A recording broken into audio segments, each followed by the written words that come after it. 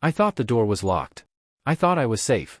But when he walked in, his eyes froze on me, undressed, exposed, defenseless.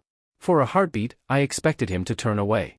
Instead, he stepped closer, and in that moment, I knew nothing between us would ever be the same again. There are moments in life when everything feels ordinary, so ordinary that you stop paying attention. That's how it was at the beginning. Days blurred together in a rhythm I'd grown used to, work in the mornings, lazy evenings at home, laughter in the kitchen, and the quiet comfort of knowing someone else was just a room away. He wasn't just my roommate. He was the kind of person whose presence filled the silence, even when he wasn't speaking. Taller than me, a little older, and with this calm confidence that I envied. We weren't supposed to be close. In fact, when I first moved in, I thought we'd be nothing more than two people sharing rent and space. But somewhere along the way, I found myself leaning into his gravity. At first, it was small things. I noticed how his voice dropped when he was tired, softer, almost tender. I caught myself watching the way he pushed his hair back when it fell into his eyes. None of it was deliberate, it wasn't like I was searching for reasons to notice him. They just came, uninvited, and stayed. Summer evenings were the hardest. The apartment held heat like it was trapping secrets. We'd sit in the living room with the windows cracked open, pretending the breeze was enough to cool us down. He'd sometimes sit shirtless, unbothered, scrolling on his phone, while I tried to act like I wasn't hyper-aware of every detail, his skin catching the glow of the streetlight, the curve of his shoulders, the way his laugh carried in the stillness of the night. But nothing about us was meant to be romantic. We were friends, close, yes, but friends. And I told myself that was all it could ever be. Still, late at night, when I lay awake in my room, I couldn't ignore the quiet pulse of something else, something I didn't have a name for. There was one evening that stuck with me more than the others. We had been watching a movie together, something light, nothing serious. Halfway through, I realized I wasn't following the plot at all. My attention was somewhere else entirely, on the way his arm rested against the couch between us, on the space that suddenly felt too small, too charged. I tried to shake it off. I told myself I was imagining it. But when the movie ended and he stood up to stretch, I caught myself staring, and the worst part was, he noticed. He didn't say anything, but his eyes lingered a second too long, as if he was silently acknowledging something neither of us was ready to put into words. After that night, I became hyper-aware of him in ways I never was before. His footsteps in the hallway. The sound of the shower running when it was his turn in the bathroom. The way his door would creak open just a little before closing at night. These tiny fragments of his existence started to matter more than they should. But what unsettled me most was that he seemed to notice too. Our conversations grew heavier with pauses, silences that spoke louder than words. Sometimes I caught him looking at me as if searching for something, an answer, a confession, maybe the same fear I felt curling inside my chest. I kept telling myself it was nothing. That's what you do when you're standing on the edge of something you can't afford to fall into. You convince yourself the ground is solid. You pretend the cliff isn't there. And so life continued. Days, nights, routines. Until that one evening when everything shifted, though at the time, I didn't realize how permanent the shift would be. The night had been unbearably hot, the kind where clothes felt suffocating. I had been in my room, windows wide open, trying to let the air touch my skin. I remember tossing my shirt aside, feeling the faint relief of cool air against bare skin. It wasn't unusual. It wasn't planned. It was just comfort. What I didn't know then was that comfort would turn into the most vulnerable moment of my life. Because while I thought I was alone, safe in the privacy of four walls, the door I believed was locked wasn't. And the person I least expected to see me like that was about to walk in. But that was still a few breaths away. For now, I just remember lying there, unaware, the calm before the storm.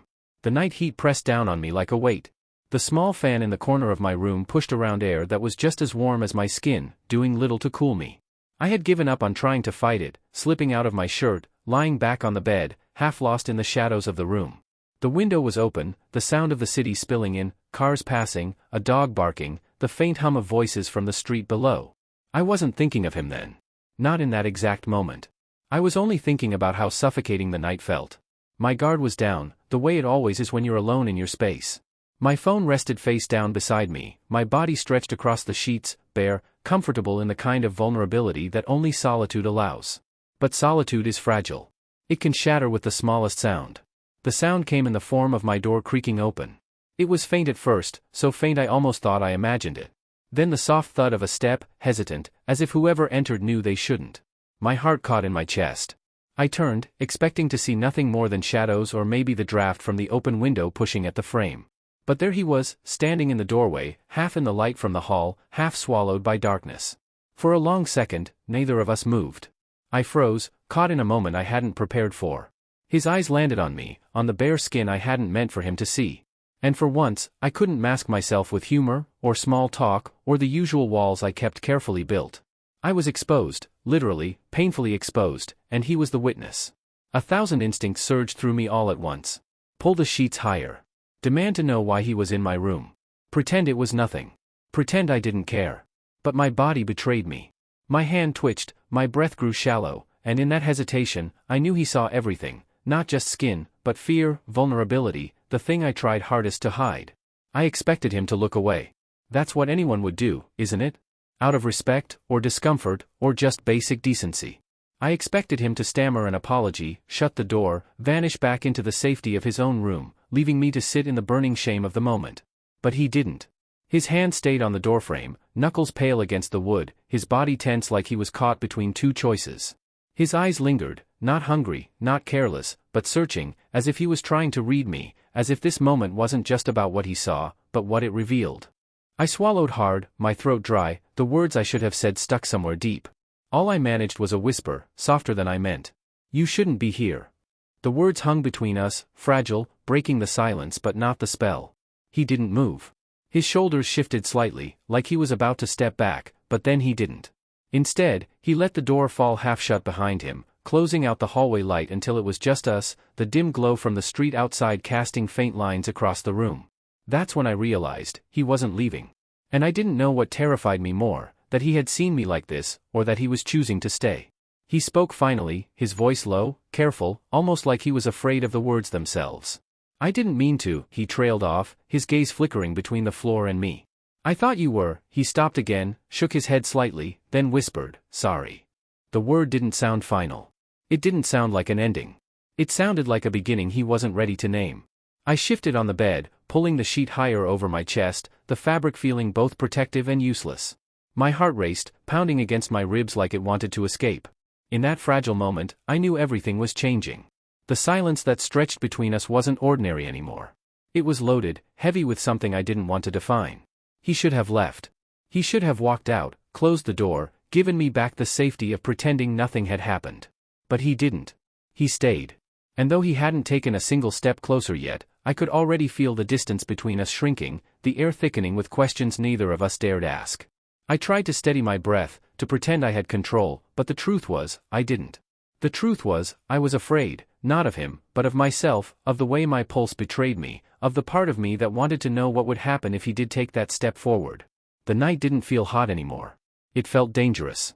And as his hand slid from the doorframe to his side, as his weight shifted slightly forward, I realized, danger was exactly what we were both standing in. The boundary had been crossed. The only question left was how far we were willing to go. The room felt smaller with him inside it. Walls that had always felt like mine suddenly pressed in, every shadow alive, every breath too loud. He stood there, halfway between leaving and staying, his apology still echoing in the air, unfinished, fragile. And then he moved. Not away. Forward. It wasn't a leap, not even a bold stride, just a step, slow and hesitant, but enough to close the distance in a way that sent a shiver down my spine. The floor creaked softly under his weight, the sound sharp in the silence. My chest tightened. I pulled the sheet higher, clutching it like a shield, though I knew it did nothing to hide the truth of what he'd already seen. My eyes flicked up to his, searching for explanation, for reason, for any sign that this wasn't what it seemed. But his gaze didn't waver. There was no smirk, no careless glance. He wasn't mocking me, wasn't treating the moment like something accidental to brush aside. His eyes were steady, dark with something I didn't dare name. I felt my throat constrict. Why aren't you leaving? The question slipped out, trembling, caught between defiance and plea. He didn't answer immediately. Instead, he took another slow step, his voice low when it finally came. Because I don't want to. The words hit me harder than if he'd shouted them. They were raw, stripped of excuses, and they left me with nowhere to hide. I looked away, staring at the floor, at the corner of the bed, anywhere but him. My pulse raced, each beat heavy with the weight of everything unsaid. I should have told him to stop. I should have demanded space, told him to turn around, to forget what he'd seen. But the truth was, part of me didn't want him to. The realization was like fire under my skin, dangerous and undeniable. He moved closer still, now only a step away from the edge of my bed. The lamplight from the hallway had long since faded, leaving only the faint glow of the street outside to sketch his features. It made his face look carved in shadow, sharp and unreadable. "Don't," I whispered, though even to my own ears, it sounded weak. He paused, tilting his head slightly, searching my expression like he was trying to decide if I meant the word or if it was just reflex. His voice came again, softer this time, nearly a breath. "Do you want me to?" The question lodged itself in my chest, suffocating. My mouth opened, closed, no sound coming out. Because how could I answer honestly when honesty was the very thing I was afraid of? I'd built walls around myself, careful and strong, but in that moment, they cracked. Because the truth was in my silence. The truth was in the way I didn't push him back, in the way my eyes flickered to his hand resting loosely at his side, in the way my body leaned ever so slightly forward before I forced it still. He noticed. I knew he did. He lifted his hand slowly, not touching me, just hovering in the space between us, as if waiting for permission that I didn't know how to give. My breath caught as the space grew thinner, my skin prickling with anticipation. For a moment, time stretched, just his hand suspended there, me frozen, the sound of the rain outside filling the silence. And then, he lowered it. Not onto me, not in some dramatic gesture, but onto the edge of the bed, fingers brushing the sheets. A quiet claim, subtle but undeniable. My heart hammered so loud I was sure he could hear it. "You shouldn't be here," I whispered again, but my voice cracked this time, betraying me. "I know," he replied. His tone wasn't defiant, it was resigned, almost pained. Like he understood just as much as I did that we were towing a line neither of us should cross. But he didn't leave.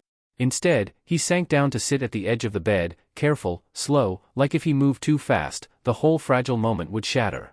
The mattress dipped beneath his weight, and I felt the shift in my body, the subtle pull of gravity drawing me closer to him. We sat in silence. Me clutching the sheet like armor, him sitting barely a foot away, his presence a storm contained in stillness. I didn't look at him at first. Couldn't. But eventually, curiosity, or maybe weakness, dragged my gaze upward. He was already watching me. And in that locked stare, everything we'd avoided, everything we'd buried beneath jokes and routine and normalcy, rose to the surface. I wanted to speak, to break the tension, but words felt impossible. Because what was there to say? Leave? That wasn't what I wanted. Stay? That was a risk I wasn't ready to admit. So I said nothing. And in the silence, the only thing that moved was his hand. Slowly, carefully, it slid closer across the sheet, inch by inch, until his fingers hovered near mine. Not touching. Just close enough that I could feel the heat radiating from his skin. The smallest distance. The greatest temptation. I stared at his hand, my breath uneven. Every instinct screamed at me to pull away, to protect myself, to end this before it became something we couldn't undo. But I didn't. Instead, my hand twitched, barely, but enough. And in that single, involuntary movement, permission was given. He laced his fingers through mine. The contact was electric, a spark that shot through me, undeniable, terrifying, and beautiful all at once. Our fingers interlocked, and the world seemed to still, the sound of rain fading, the room falling silent but for the rush of blood in my ears. He caught me undressed, yes. But in that moment, it wasn't my body that was most exposed. It was everything else, my fear, my desire, my secret I had tried so hard to keep hidden. And he didn't leave.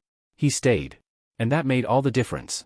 The moment his fingers slid through mine, the air itself changed. It wasn't just a touch, it was a choice.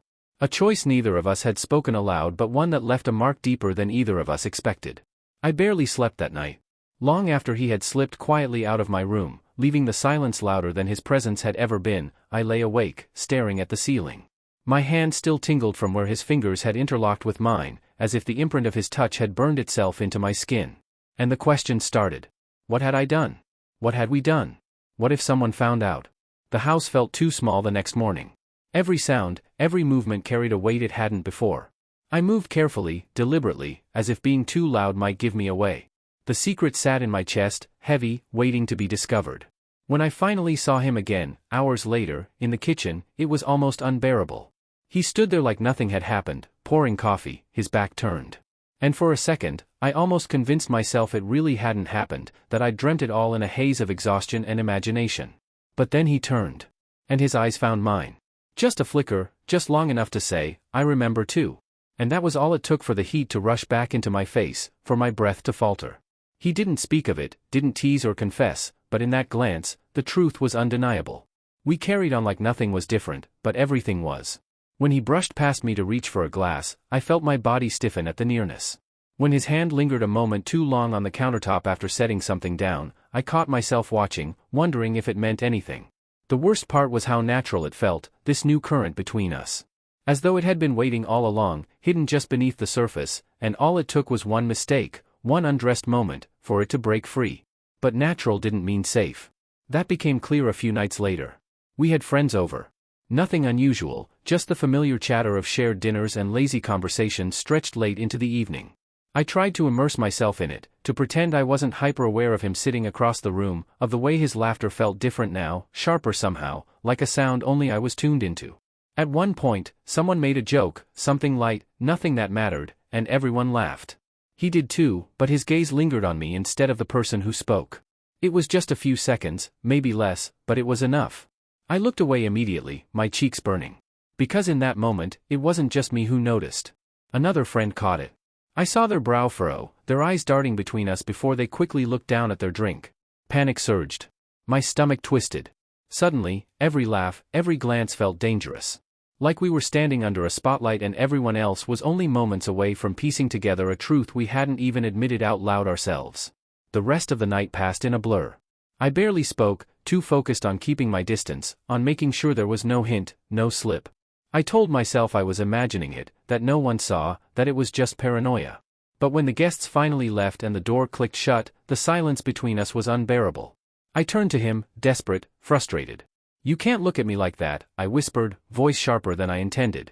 He leaned against the counter, arms crossed, eyes steady. "Like what?" "You know what." For the first time, his calm cracked. "Do you want me to pretend I don't feel it?" The words hit me like ice water. Not because I didn't know, but because hearing them aloud made it real in a way I wasn't ready for. "Don't say that," I hissed, my voice low, terrified someone might still hear through the walls. His jaw tightened, his voice lowering too. "Then stop pretending it's only me." Silence. My chest rose and fell too fast, my fingers digging into my palms. He was right, and that was what terrified me most. I wanted to argue, to push him away with words sharper than the truth, but nothing came. Because the truth sat between us, undeniable. He sighed, softer now. "I don't want to make this harder for you." "Then leave it alone," I said quickly, almost begging. But even as I said it, I knew it was already too late. Because the damage had been done the night he stepped closer instead of leaving. The moment he touched my hand, everything shifted. There was no going back to what we were before. And the more I told myself we could bury it, the more impossible it became. That night, I lay awake again, restless, torn between fear and desire. The guilt gnawed at me, guilt for letting it happen, for wanting it to happen again, for imagining his hand on mine, his breath too close, his voice low in the dark. But beneath the guilt, beneath the fear, was something I couldn't ignore. Hope. And that was the most dangerous feeling of all. The days that followed felt like walking a tightrope. Each step calculated, each word chosen carefully, every glance weighed down with the risk of being misread, or worse, understood exactly. I told myself to pull back, to build distance, to let things cool. But distance isn't easy when you're sharing the same space, breathing the same air, colliding in the smallest, most ordinary ways. And it was those ordinary moments that cut the deepest. Like when we reached for the fridge at the same time, his hand brushing mine briefly before he pulled back too quickly. Or when we both leaned against the counter, the space between our elbows narrowing until I had to step away. Or the way our eyes would lock across a room without meaning to, held just a second too long. Those seconds became their own language. One night, it became unbearable. We were both in the living room, the glow of the TV flickering against the walls. Some movie neither of us were watching played quietly in the background. I sat on one end of the couch, trying to focus on the screen, while he lounged at the other, legs stretched out, relaxed in a way I couldn't be. But the silence between us wasn't relaxed. It pulsed, thick, restless. At one point, I shifted, pulling the blanket higher around me. Out of the corner of my eye, I saw his hand rest casually on the back of the couch, just a little closer than before. My throat tightened. Every nerve in my body seemed to tune itself toward him, even though I kept my eyes fixed on the movie. I could feel his gaze on me, heavy, unrelenting, and it made my skin buzz. Minutes stretched. Neither of us moved, but the space between us was shrinking all the same. Finally, I turned my head. He was already looking at me. And in that glance, all the rules we'd been trying to hold on to, don't cross the line, don't make it worse, don't let it show, crumbled like ash. I should have looked away. I should have broken the spell. But instead, I froze, my chest tight, breath shallow. He shifted, the movement slow, deliberate, like he was testing gravity itself. His hand slid down the back of the couch, inching closer to my shoulder. He didn't touch me, not yet. He just hovered, his fingers barely grazing the edge of the blanket. My heart raced so loud it drowned out the TV.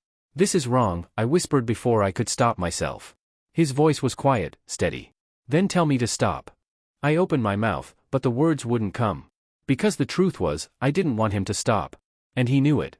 His hand brushed against my shoulder, the contact so small, so fleeting, it could have been a mistake. But it wasn't. It lingered just long enough to prove intent. I sucked in a breath, torn between pulling away and leaning closer. "You shouldn't," I said, my voice trembling. "Neither should you," he replied softly. The air grew thicker, hotter, like the walls themselves were holding their breath. Then came the sound that broke it all, a knock at the door. We both jerked back, the spell shattering instantly. My heart leapt into my throat, panic rushing in to replace the heat. I scrambled to adjust the blanket, to steady my breathing, while he ran a hand through his hair, pretending casualness that neither of us felt. The knock came again, louder this time. It was a neighbor, dropping something off, a simple, ordinary interruption. But by the time the door closed and we were alone again, the moment was gone. Or at least, it should have been. Because instead of fading, the tension only grew sharper. The near miss had shown us something dangerous. We weren't just imagining this. It was real. And it was only getting harder to resist. That night, I lay awake replaying everything. The weight of his hand, the sound of his voice, the unfinished sentence hanging in the air between us. The next day, I tried to avoid him. I left early, stayed out late, buried myself in distractions. But avoidance only works for so long. When I finally returned home, it was late, too late. The house was dark, quiet. I thought maybe he'd already gone to bed. But as I passed the kitchen, I saw him. He was leaning against the counter, arms folded, waiting. The single light above the stove cast shadows across his face, making his expression unreadable. "Are you going to keep pretending?" he asked. His voice was low, but there was an edge to it, sharper than before. I froze. "Pretending what?" "That nothing's happening." I swallowed hard, my pulse racing. "Because nothing is."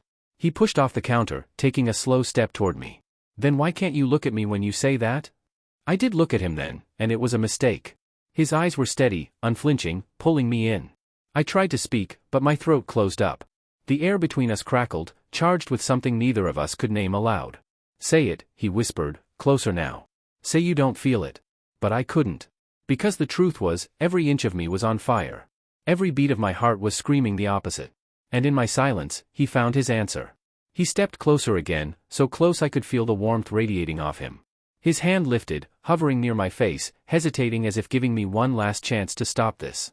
I didn't move. And in that stillness, the decision was made. His fingers brushed against my cheek, light, tentative, almost reverent. My breath caught, my knees threatening to give way. It wasn't a kiss, not yet. But it was more than enough to unravel me completely. His hand lingered against my cheek, a feather-light touch that carried the weight of everything we'd been holding back. The kitchen was silent except for the low hum of the refrigerator, but inside me, everything roared. My pulse, my breath, my thoughts, they crashed into each other like waves against stone. I should have pulled away. I should have broken the moment, pushed him back, reminded us both of the line we were about to cross. But instead, I stayed still, frozen in the pull of something I'd been trying to deny for too long. He leaned closer, slow, deliberate, giving me every chance to stop him. His breath brushed against my skin, warm, too close. And then it happened. Our lips touched. It wasn't desperate, not at first. It was tentative, searching, as if both of us were testing whether this was real or just another trick of silence and shadows.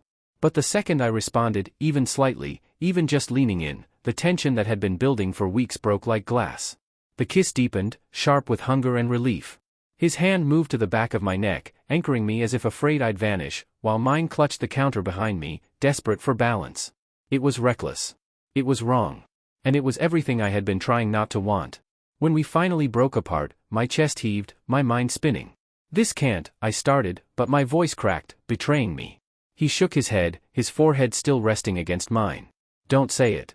But I had to. "It's not supposed to happen." His eyes searched mine, steady and unflinching. "Then why does it feel like it was always going to?" I couldn't answer. Because some part of me believed him. The days that followed were chaos. We avoided speaking of it directly, but avoidance didn't erase what had happened. Every glance carried the memory of that kiss. Every casual brush of skin was charged with the knowledge that we had already gone too far. And then came the slip. It was late again, the house quiet, shadows stretched long across the walls. I was in the hallway, about to retreat into my room, when I heard footsteps behind me. Before I could turn, his hand caught my wrist, gentle but firm. "Wait," he whispered. I turned, heart racing. He was closer than I expected, his eyes dark, unreadable. "We can't keep doing this," I said quickly, the words automatic, my shield. His grip loosened, but he didn't step back. "Then tell me you don't want me to." The hallway light flickered, buzzing faintly, like it too was holding its breath. "I can't," I admitted, the words breaking out of me before I could stop them. That was all it took. He pulled me toward him, his lips finding mine again, this time with urgency, with a desperation that made my knees weak. I should have been stronger, should have resisted, but every part of me betrayed my own logic. I wanted him. We stumbled backward, my back pressing against the wall, his body pinning me there. The kiss deepened, reckless, dangerous, the kind of kiss that leaves no room for denial. My fingers curled into his shirt, pulling him closer, even as my mind screamed at me to stop. And then, a sound. The creak of a floorboard down the hall. We froze, breathless, hearts pounding. For a moment, the terror was sharper than the desire, the reality of what could happen crashing down on us. He stepped back quickly, his chest rising and falling, eyes wide. I pressed a hand to my mouth, trembling, my pulse racing so fast it hurt. The sound faded. No one appeared. But the danger had been real enough. We didn't speak.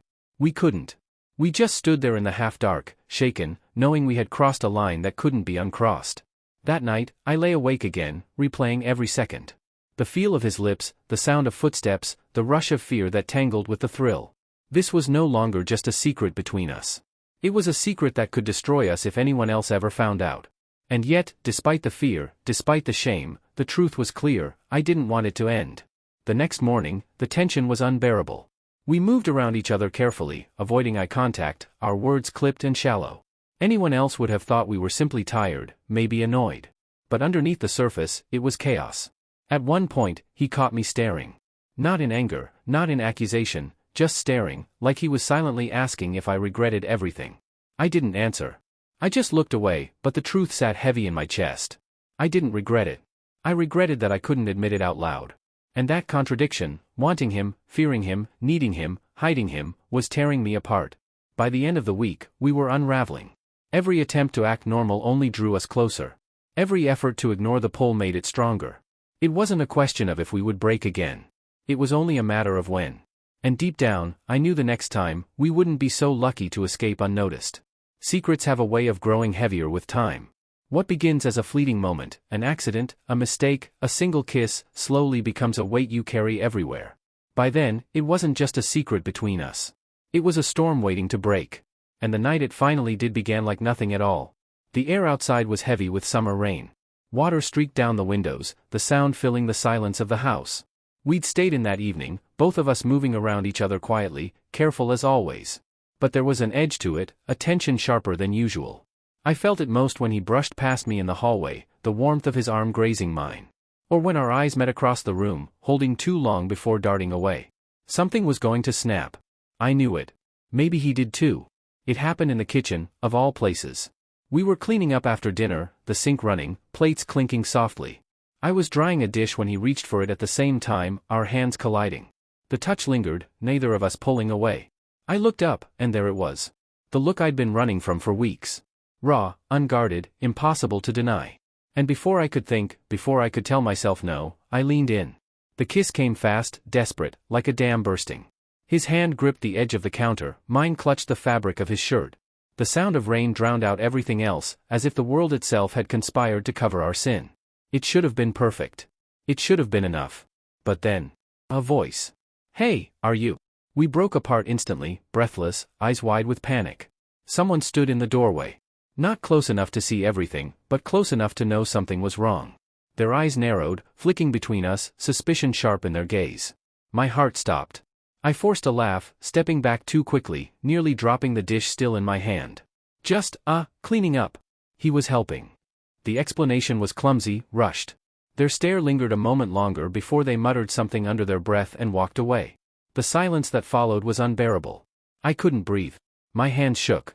I set the dish down too hard, the sound of it cracking against the counter echoing in the kitchen. "This is getting dangerous," I whispered, my voice trembling. He stood frozen, chest rising and falling, his lips still swollen from the kiss. It already was, he said quietly. The truth in his words cut deep. I turned away, bracing myself against the counter, my head bowed. We can't keep doing this. Someone's going to find out. He didn't answer right away. Then, softly, maybe I don't care anymore. The admission shocked me. I spun toward him, eyes wide. Don't say that. Why not? His voice cracked with something raw, almost desperate. We've been pretending, hiding, running in circles, and for what? To keep denying what we both feel. I shook my head furiously, my chest tight. Because it'll ruin everything. Don't you get it? If anyone knows, my voice faltered, trailing off into silence. He stepped closer, not touching me, but near enough that I felt the heat radiating from him. And what about us? What's it doing to us, keeping this buried? The words lodged in my throat. I wanted to scream, to push him away, to end this before it destroyed us. But I couldn't. Because the truth was, every time I looked at him, every time I felt the gravity of his presence, I wanted him more. And that want was tearing me apart. The rain outside grew heavier, rattling against the windows, filling the silence with its relentless rhythm. I whispered, almost to myself, I don't know who I am when I'm with you anymore. His expression softened, but his eyes burned. Maybe that's who you really are. The words hung between us, terrifying and liberating all at once. We didn't speak again. We didn't move. We just stood there, two people on the edge of something we couldn't name, something too big to hold and too dangerous to let go. Eventually, I slipped out of the kitchen, retreating to the safety of my room. But safety was a lie. I pressed my back against the door after closing it, sliding down until I sat on the floor, shaking. My lips still tingled, my body still hummed with the memory of his touch, but my mind raced with fear. What if the person who saw us said something? What if they already knew? The secret felt heavier than ever, suffocating. That night, I couldn't sleep. I paced the floor, my thoughts unraveling. I told myself I'd end it tomorrow, that I'd find the strength to pull away for good. But even as I made the promise, I knew it was a lie. Because no matter how much it terrified me, no matter how wrong it was, a part of me didn't want to stop. A part of me wanted him to fight for me. And I was terrified he just might. The next day felt different. Too quiet, too sharp, like the world had noticed the shift between us and was waiting for it to collapse. He avoided me at breakfast. I avoided him in return. We were both trying to act normal, but every silence stretched too long, every glance lasted too much, every movement carried the echo of what had happened the night before. I thought maybe we could bury it again. Pretend. Shrink back into the safety of denial. But deep down, I knew the truth. Some things, once begun, cannot be undone. It happened again in the evening. Always at night, always when the world outside felt distant and muted. I was in my room when he knocked. Soft, hesitant. Come in, I said before I could stop myself. He stepped inside, his hair damp from the shower, his shirt clinging to him. He looked restless, eyes stormy, like he'd been pacing for hours before finally giving in. For a moment, we just stared at each other. Then he shut the door. I can't do this anymore, he whispered, voice low but fierce. My heart lurched. Do what? Pretend. He took a step closer. Pretend like I don't want you every second I'm breathing.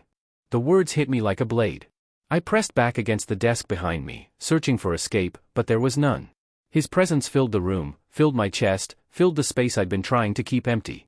You don't mean that, I said, though my voice betrayed me. I do, he answered instantly, eyes burning with conviction. And so do you. The silence was thick, my pulse hammering in my ears. I shook my head, whispering, it's wrong. Then why did you kiss me back? The question broke me. Because he was right. I hadn't resisted. I hadn't pushed him away. I'd let him in. My hands trembled. Because I'm weak. He closed the distance, close enough that I could feel his breath against my face.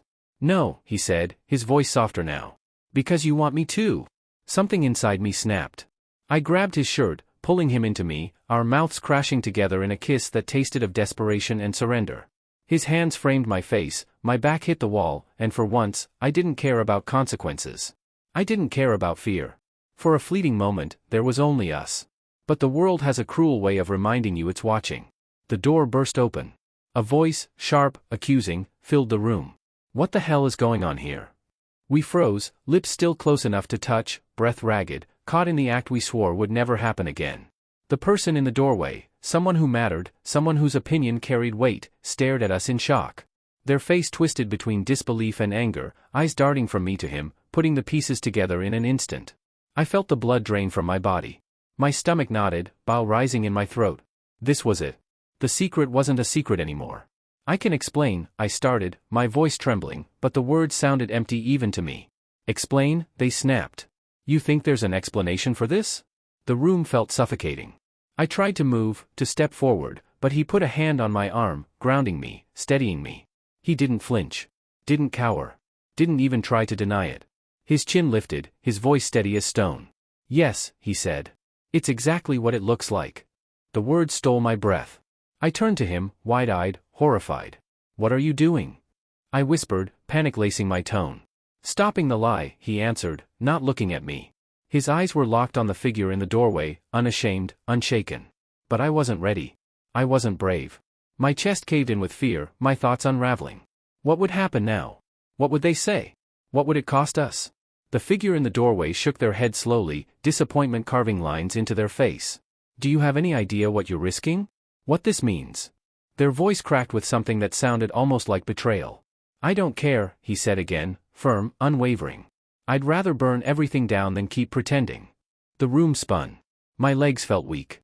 I wanted to scream at him, to beg him to stop, to tell him he was making it worse, but a darker part of me admired it. Admired his courage. Admired the way he chose me, even in front of the fire. But I wasn't ready. I couldn't be. Tears blurred my vision.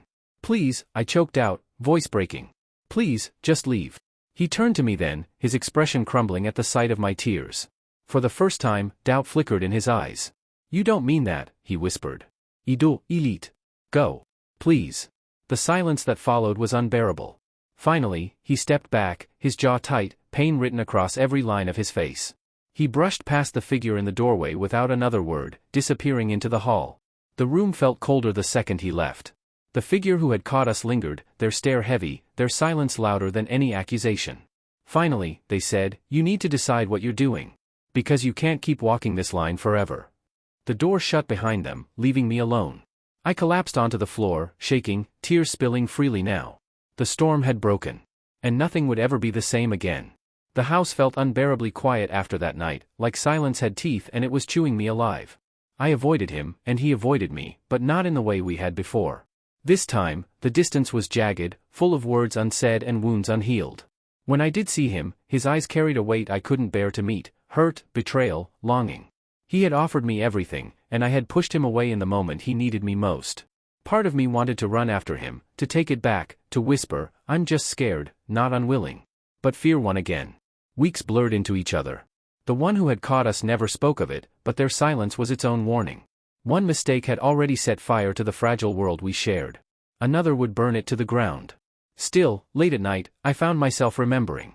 The way he said he'd rather burn everything down than live a lie. The way his hand felt when it closed over mine, steady when I was falling apart. I don't know if what we had was right. I don't know if it was love or just a wound disguised as desire. But I know this, when he stepped closer instead of leaving, he showed me a version of myself I didn't know existed. And no matter how far we drift, that moment will haunt me forever. If you've watched this far, I want to hear from you. Drop just one word in the comments that describes how this story made you feel: shocked, heartbroken, seen, exposed, conflicted. Your word might be the one others connect with too. And if you've ever had a secret moment like this, something you've never said out loud, share it below. You never know who might need to read it. Don't forget to like, subscribe, and turn on the bell for more untold stories.